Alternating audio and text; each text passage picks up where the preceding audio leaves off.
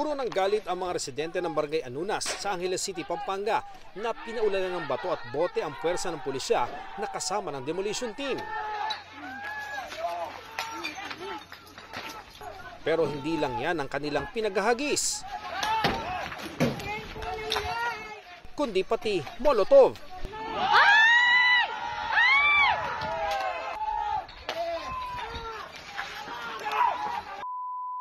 Sa isa pang kuha, napatago na lang sa barikada ang dalawang armadong pulis na ito. Tuloy na silang napaatras dahil sa paglapit ng mga residente. Mataas ang emosyon ng mga residente sa pangambang magiba ang kanilang tahanan. Nakausap namin ng sheriff mula sa DAR na nagsabing ginagampanan lang nila ang kanilang tungkulin. Dumaan po yan sa Supreme Court.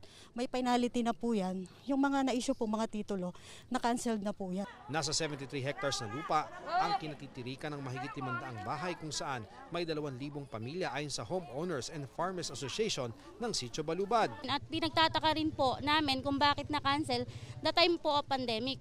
Hindi din po na-inform yung mga farmers namin kung bakit na-cancel yung mga hawak nilang klowa. Git naman ni Attorney Henner Endona, ang legal counsel ng Clark Hills Properties Corporation, 1997 pa umano nagsimula ang kaso sa lupain. 2013 pa raw kinansela ng Korte Suprema ang klowa nang matukoy na hindi agricultural kundi residential ang klasifikasyon ng lugar. 2022 naman daw nang ilabas ng korte ang writ of demolition. Hindi na raw normal ang pamumuhay ng mga residente kaya sana raw tulungan sila ng national government.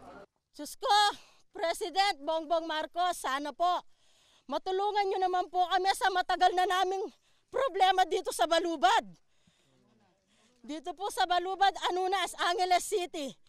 Matagal na po, wala po ni isa na bumababa dito para tignan man lang ang kalagayan namin.